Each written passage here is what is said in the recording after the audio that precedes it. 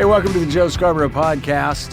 If you ever watch Morning Joe, you know we talk about baseball way too much, at least way too much for Mika. But Mika's not here. Mika's not here right now, and I've got to tell you, I'm feeling a little vulnerable. I'm feeling a little vulnerable because the freaking Red Sox just blew a 3-game series with the Yankees in Fenway. They only needed to win one of three to basically put the damned Yankees away. They couldn't do it. They lost just colossal collapses on Saturday night and then again on Sunday night. And so there is no joy in Mudville right now. 6 games left for the Sox and the Yankees to figure out who's going to make it to the playoffs. And to help us out, to walk through that last painful week, let's bring in the mayor of Fenway, Mike Barnicle, a guy who's known and loved by all there. Also, New York Daily News sports columnist. And, you know, I don't know if he's a Yankees fan or a Red Sox fan. I don't think he can admit to being a Red Sox fan writing for a New York paper. So we'll just say sports columnist, legendary writer, Mike Lupica, and also with us because, I mean, if you want to talk about Major League Baseball, who has better insights than the Associated Press's White House reporter, Jonathan Lemire? Good to have you guys with us.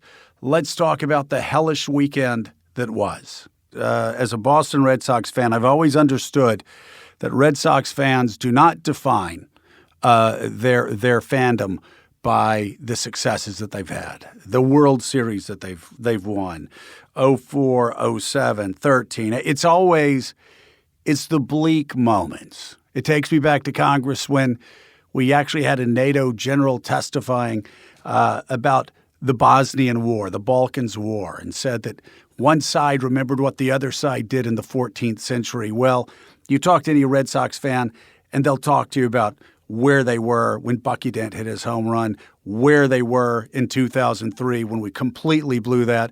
And I suspect for a few years at least, Mike Barnicle, there are going to be quite a few Red Sox fans that are going to be remembering this sweep of this past weekend if, in fact, we're kept out of the playoffs. Kids, they were all children. They're not used to this. I'm pulling seniority here today in this group. I mean, I've seen the worst. I've seen the best. But it's a funny thing. I mean, covering Bosnia was better than living with the Red Sox over the last 30 to 40 years. The idea, Joe, that Friday night, Bobby D'Angelo, who you know, who runs the greatest sports apparel store right across the street from Fenway Park, Twins Enterprises, sidles up next to me and begins talking about Bucky Dent. Yeah, exactly.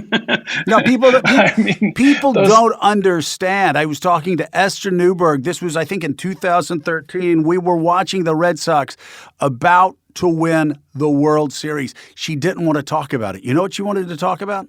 She wanted to talk about the priest that she was hiding behind as she saw Bucky Dent's home run start to go up and sail out of the stadium. Defined, again, by the losses, defined by the hatred, defined by 78, defined by 2003, on and on and on, Mike. Well, I mean, what does it say about Red Sox fandom, or a large portion of the fandom, that Bobby D'Angelo and I, the other night, we went through the batting order. I remembered looking at Bob Beater Bailey coming in to pinch hit. I remembered, Mike Torres walking around the mound aimlessly while Bucky Dent went and got a new bat after he broke his bat. And I am someone who cannot remember who called me at 9 o'clock this morning. And yet I remember vividly all of that and Mike Lupica, let's bring you in here because if somebody asks me what the low point in sports history was, I go back not to Game 6. Everybody goes back to Game 6. I'm an optimist. I talk about Game 7 in 1986 when Calvin Schiraldi started to make the walk toward the mound. I yelled Calvin fucking Schiraldi so loud, repeatedly in Pensacola, Florida, that I thought the neighbors were going to call the Pensacola Police Department and send me to jail. I still can't watch any part of that series, and I still remember that woman behind home plate in Shea Stadium with her arms going in circles every time a Red Sox pitcher pitched in the entire series. I swear to God, I can't even talk about it. Joe, so you're saying you really haven't taken the time in your busy schedule to watch the 30 for 30 Once Upon a Time in Queens about the 86 I would never Mets. watch it. Can I tell you where I am? Can I tell you where I am? Last night, when I knew the wheels were about to come off, do you know what I did? Ortiz was talking on ESPN and A-Rod was there. I started going back to the highlights from 2004, and I watched Game 4, watched Game 5, watched the Bloody Sock game, Game 6. I was trying to make the mojo positive. No luck there. No luck there. Okay, can I just say that to bring this trip down memory lane, this brutal trip down memory lane back to the present, what's awful and great about a series like this, if you just look at how it unfolded, forget about Friday night. Okay, that's 8-3. That was fine. But you look at how fragile those 2 eighth innings were. Okay, and it shows you what has happened as this bullpen of Alex Cora's has been deconstructed, and he made mistakes. Yeah, but hold on a second. This isn't Alex Cora's bullpen. Okay, this is the front office's bullpen. They decided after 18, after we won the World Series, that they were going to let their best 2 relievers go. And they never replaced them. Nobody figured out that we closed the series with a guy whose arm falls off every July 27th. Okay, but like we had Sale. Sale was our closer. Really? We had nobody in 19. We had nobody in 20. We have nobody this year. Seriously, Mike Lupica, how could they have not gotten us a reliever at the deadline? But even without a reliever at the deadline, guys, can I just pose it that Tanner Houck should be able to put away Brett Gardner on Saturday? Because if he can put away, I believe the count was at 1-2, was it not? 0-2. 0-2. I'm sorry, Michael. I'm sorry. It was 0-2. So everything bad that happened started there, even with all the craziness of last night. Okay, if he puts away Gardner, I'm not saying that Stanton might not have hit a home run in the 9th inning. Yeah. But what is happening in front of our eyes is there's so many elements to this. Ottavino is shot. Matt Barnes is shot. Whitlock is hurt. And the idea that they're going to go through this last week fine because it's the Orioles and Nationals with that bullpen as it's constituted. You know who's their best relief pitcher right now? Ryan Brazier. I love Brazier. Oh, my God, I'm going to kill myself.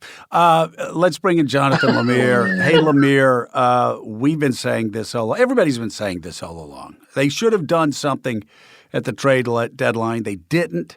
I will say even last night, I'm going to do something I never do. I never do it. I always tell my kids, never blame a loss on a call, and I'm not blaming the loss on the call. But you do wonder how Joe effing West sees him catch the ball, and then when he's making the transfer to his hand to throw back to the pitcher, he drops it, and next thing you know, it's a home run. I mean, seriously. I don't believe he saw it. I don't believe he saw it. How could and by the way, why did I'm sorry, help me out here. How did that go down, Lemire? Yeah, no, it was an extraordinarily bad call, and it's not the only issue, but it was a foul tip. He got the glove, he had it, he went to transfer it, he dropped it, and Judge got new life, and then a ringing double followed, and then you could hear a pin drop at Fenway, followed by the Stanton home run, his second gargantuan blast in as many nights. My God. But yeah, look, Kyle Schwarber was an excellent addition at the deadline. He was, and he's been a useful piece, certainly in the lineup. He lengthened it. He's a professional hitter. He's been, for the most part, good. But they came away from the deadline without pitching, other than 2 kind of very second-tier relievers who have done just as much harm as good. Really? Second tier? Seriously? Tier? What, are we at Harvard? You're talking about grade inflation? Seventh tier? Seventh tier? but we saw it last night, and the bullpen. I mean, Garrett Richards, who literally admitted publicly he had to relearn to pitch after being unable to use sticky stuff, was thrust into a role where he had to be a vital 7th or 8th inning guy, and he was good at it for like 3 games, and now he fell apart last night too. And there was something very 2003 about this weekend. Not just that they were gut-wrenching losses, but at how predictable they were. And in fact, Joe Scarborough, I texted you, 30 seconds before Stanton's grand slam and called it. You know, Mike, what the Mike Barnicle, what I think the I won't say tragedy. I'm not going to be like I don't know, Nick Saban, who compared a loss to Southern Miss to 9/11. I'm not going to do that. But let's just say what's so sad for the players is that this team for half the season gutted it out and reminded all of us of the 2013 Red Sox. Just playing beyond themselves every single day. And I just hate the fact that they continued trying to do that. And then after the trade deadline, it was like, just the air went out of the balloon. Well, I have to tell you, I'm pretty sure I'm the outlier in this group because I view what happened over the weekend simply as part of the beauty and the unpredictability, to a certain extent, of Major League Baseball. You cannot write anything and it plays out the way you've written it. Unlike every other sport, you can play it out. You can put it down in writing for an NFL game or an NBA game, even a National Hockey League game, what's going to occur. But you cannot do that with baseball, and that's the beauty of the sport. The other element involved in this is it raises all sorts of questions about the rules of Major League Baseball. On the Vasquez dropping the ball clearly on the transfer. So Judge is out. He has swung at a fastball on the outside corner of the plate. He is out. And Vasquez drops the ball on the transfer. The first base umpire might have had a shot at seeing that. Joe West is too fat and too old. He can't lean over. He didn't see it. But so that play is non-reviewable. So it begs the question, why have reviews at all? If a play as critical as that can't be reviewed. Why would that not be reviewable? And why did not Vasquez turn around and say to Joe West, Joe, you've got to ask the other umpires for a call on this because I dropped it on the transfer. Why did he not do that? No one knows, really. And he hasn't been asked that because you can't get in the clubhouse to ask players anything now. So it's the beauty of baseball, that the first thing that strikes me, the unpredictability of baseball. And then, their relief, they're coming out of the bullpen, their best bet is this week's schedule, Baltimore and Washington. Yes. So you just got to sit there and hang in for it. And again, that's the larger beauty of baseball because we will all be watching these games this week. Hey, Mike, game out the inning last night. Okay. And again, that play, and West is too arrogant to ask for help. Okay. It's time for him to go, but forget all that. Okay. Yeah. He made all the right calls 17 years ago. Good for him. But that was like a check swing. All you have to do is look at either the first base umpire or the third base umpire. And they clearly saw. I don't even know why Vasquez was transferring the ball, why he didn't hold on to it to frame it the way guys often do. But they then walk Stant, right, and pitch to Gallo. Don't you think that's the way the inning plays out? The beauty, the magic of baseball, that inning nearly mimicked the 8th inning 24 hours earlier. Dahlbeck refuses to go to the rail twice in a row. Two nights in a row. By the way, Mike, can somebody please teach that guy? I love Bobby D. But if a 12-year-old did that 2 games in a row in the playoffs, I would be screaming my head off saying, hey, Einstein, walk over, use your left hand or use your right hand, touch the rail, find the wall, keep your eye on the ball. Hey, you can do 2 things at once. He did it 2 nights in a row. Same play, yeah. after the Yankees had begged them to take the game because LeMahieu never misses that ball, and LeMahieu's wasn't bad because I don't know how hard the wind was blowing last night. The wind wasn't blowing. Get blown. But Gallo, I can't remember the last time I've seen a play like Gallo. So they're begging the Red Sox to get one game, which after the first 2 nights you would have been thrilled to get.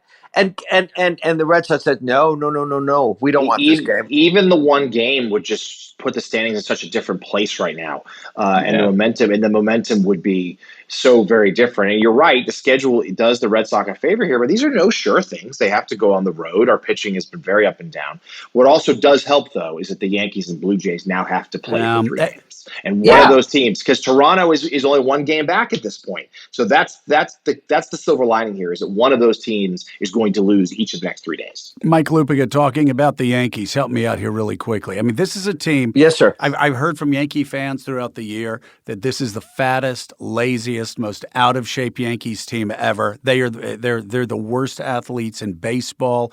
Everybody was ready to fire Boone in June, July. Then they just go on what did they win? 12, 13 in a row? 13 in a row, their longest winning streak in like 60 years, Joe. 13 in a row. Then they start losing again, and everybody's ready to throw Boone overboard. Now they've won 6, they've won 7, and they've won 6. They're on fire.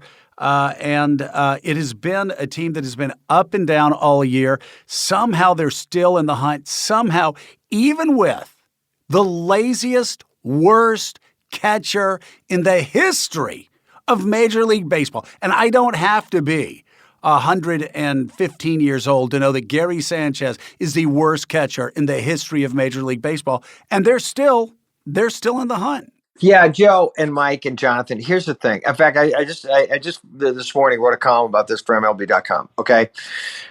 This is all they could have ever hoped for after the last few years out of Stanton and Judge. Okay, this is what they hoped they would be if you could keep them on the field. Okay, Stanton the last 2 years missed 181 regular season games. Okay, Judge over the last 3 seasons missed 142. He's played 142 this year. Stanton's played 133. Their slash lines are almost the same. They're going to end up with mid-30s in home runs, 100 RBI, and, they have gotten hot, even though Judge wasn't great this weekend, they've gotten hot at the same time, and it makes the middle of that lineup, ferocious again.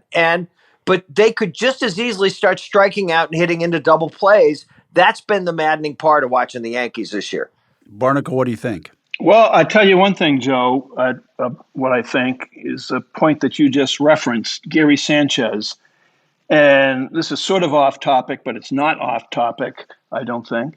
That baseball broadcast that ESPN put on last night is one of the worst products ever imaginable, including Alex Rodriguez saying that Gary Sanchez is one of the best catchers in Major League Baseball. That's a direct quote. And the other aspect of it is you get Matt Vasgersian saying that Rafi Devers is having a breakout year. Does he know nothing? 2019. I mean, Rafi Devers, he had over almost 200 hits. He had 90 extra base hits. He hit, I think, about 310. I mean, what are these guys doing in that booth? Watch the game. Learn about the game before you go and announce the game. God, is it terrible. Devers is actually, what a great player, but he's underperforming. Just like JD's underperforming, just like a lot of the players. He just missed that ball last night. He really did. Just missed that ball last night. Did. By the way, you know what they need, Michael Barnicle? You know what they need on ESPN for the Sunday night broadcast? Blackout. They need something like Peyton and Eli just sitting there actually talking in an intelligent, entertaining way about the game they're watching. Because, Mike, you're right. It's the worst broadcast on television. And Alex then in the postseason goes over to Fox and is part of the worst pre- and post-game show. The worst and dumbest I've ever seen on television. I mean, can you imagine? I assume all of you are familiar with various broadcasts because we can watch all the games no matter where they played now.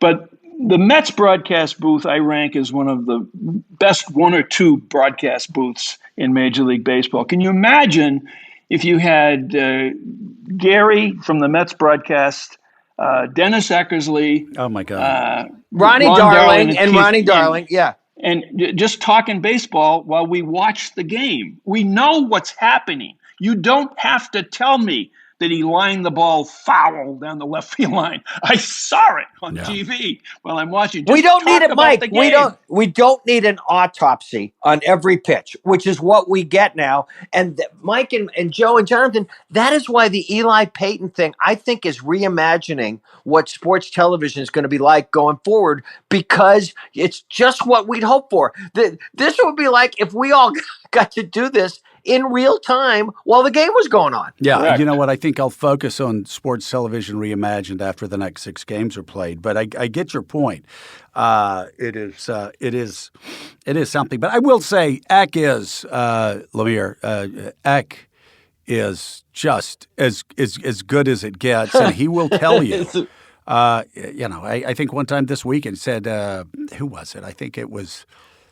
Hunter was up. Hunter Renfroe. And he said if he throws him a curveball, he's out.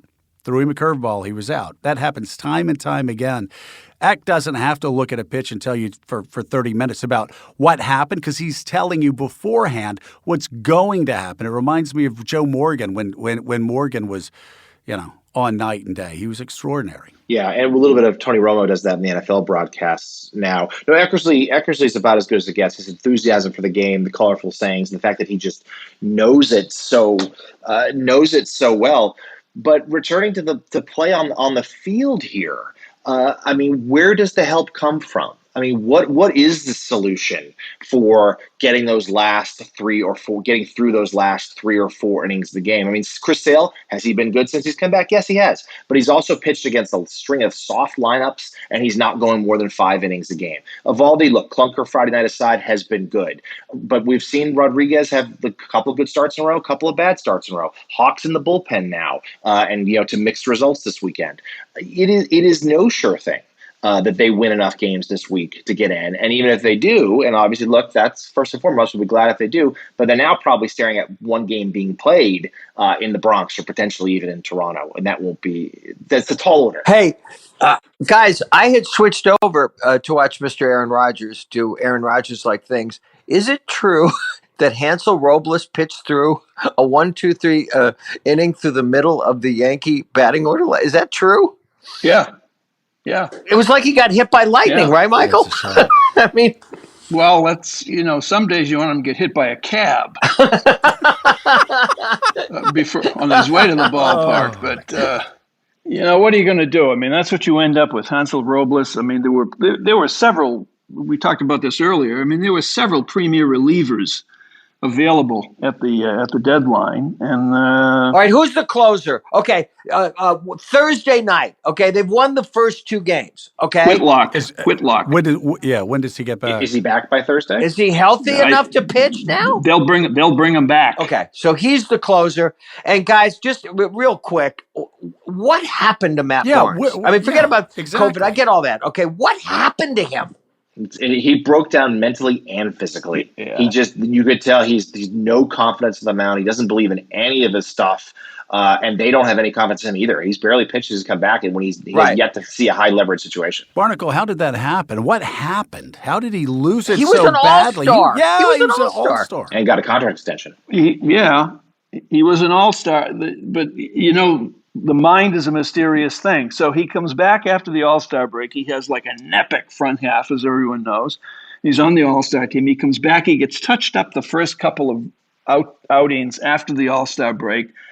And then something happened to him mentally on this. And one of the things you can do with like a Matt Barnes, is take a look at the time in between pitches. Oh my God! From when he was an All-Star in June and July, and from the middle of August to the end of August. And Mike, he just almost looks twice as much up time. there. It's like he's clearly overthinking it. He's taking too long. It's like, come on, man, pitch the ball. And sometimes it's the same thing with Pivetta, where when Pivetta's on, man, he just gets up there and pitches, and when he loses it, man, he loses it. Yeah, the sabermetricians and all these Ivy League kids in the front office who the closest they've ever come to a game is a Sony TV set prior to going to work for a major league team, most of them. They forget. If Dennis Eckersley could tell you this, get the ball, throw the ball. That's the key to pitching. Get the ball, throw the ball. Don't give that batter up at the plate time to think about what might be coming. Get the ball, throw the ball. Yeah. All right. So let's wrap this up with some predictions. Lupica, did the Sox make it in? Is it the Sox and the Yankees playing in the Bronx for the wild card? I think it will be Chris Sale against Garrett Cole on whatever it is, October 5th or 6th at Yankee Stadium. And I think they're going to make it because what a good team. The Blue Jays, Joe, the Blue Jays are weird, okay? And the Red Sox do get a break because the Yankees and the Blue Jays are playing each other. And let's just hope in the spirit of Dennis Eckersley, the Red Sox don't look like a pair of shoes this week. What do you think, Jonathan Lemire? I think it's a coin flip. I think they need to win. They have to win at least 4 this week, and maybe it's 5. I guess I'll say that they do that. They squeak in an agonizing fashion, but then yes, have to go to the Bronx because of those 2 blown 8th innings this weekend. Yeah, Mike, what do you think, Barnicle? I think the Blue Jays are the biggest threat to the Red Sox, even though they're not playing them for a week, because I think the Blue Jays, in a sense, are the best team out there among the three teams we're talking about. I do think that the Red Sox, the schedule saves them. They make the playoffs, and they play at Fenway, by the way, because they won the season series against the Yankees. That game will be at Fenway Park Tuesday, October 5th, not Yankee Stadium. So you think we'll catch them? I do, yeah, I do. Given the schedule. Okay, so you think they're going to end up tied, Mike? You think they're going to end up tied record-wise? No. I think the Yankees are going to have a tough time with Toronto. And then here's the question, guys, before we go. And I wanted to ask you all this, okay? How hard, if the Rays think they have a chance to knock the Yankees out, I think they'll play like hell at Yankee Stadium. I do. Oh, yeah. I yes. Agreed. Yeah. They'll rest a couple pitchers maybe on the Sunday, just the last game, but otherwise they go for it. They don't want the Yankees. Right. Okay. Agreed. All right. Very good. Thank you so much, Mike Barnicle, Mike Lupica, and Jonathan Lemire. This is painful. Well, that'll do it for me for now. Thanks so much for tuning into the Joe Scarborough podcast. As always, I greatly appreciate you listening. Looking forward to talking to you soon.